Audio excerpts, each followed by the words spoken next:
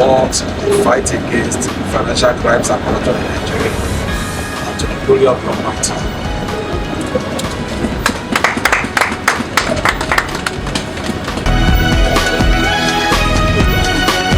This technical capacity of the EFCC, who is also in the front line in fighting against corruption in Nigeria.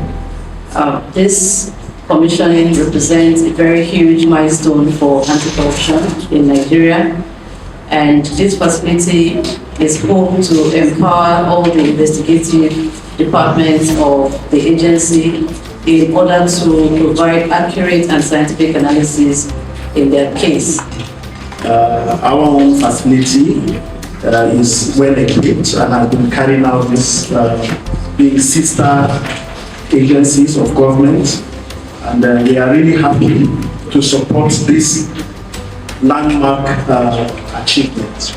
Actually, we trained many of your staff who came to our own facility because we have decades of experience of carrying this analysis over since 1965. So we're really happy to have shared it with your team. Fantastic young men, we were very good students. And so it became necessary for us to establish this lab that you are seeing here today. And so basically what this lab does is, first and foremost, they will help to manage the evidence from the scene of crime, from the point of collection of the evidence, the transportation and storage of the evidence, up until the analysis of this evidence in the laboratory. And this is particularly important because everything, the procedures and protocols that are followed in the analysis of the evidence are in line with the provisions of the law in order to guarantee the outcomes of accuracy, consistency, reliability, and universal acceptability of this evidence. And so it's going to help the EFCC in the operationalization of its mandate when it comes to the prosecution of illegal bunkering cases. And so this is particularly very important for us. Oh, enormous.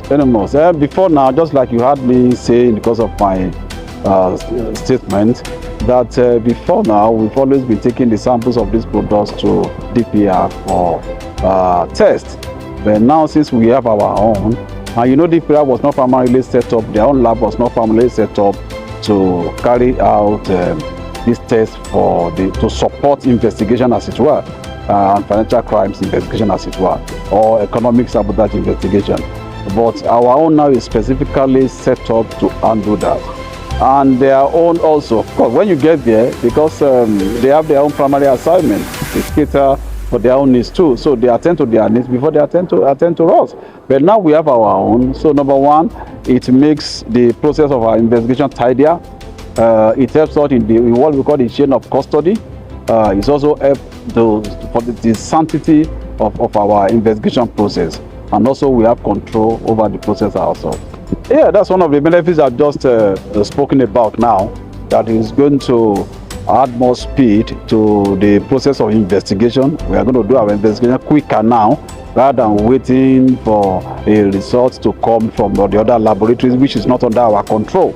And number two, it will also help us to tidy up our processes, better than we used to. And you will agree with me that for you to be diligent or to do diligent investigation, you need time. You need time. A lot of things come into play that we need to be diligent about, and we need to investigate very carefully. So you don't just rush to court just because you have petition or just because you have investigator arrested.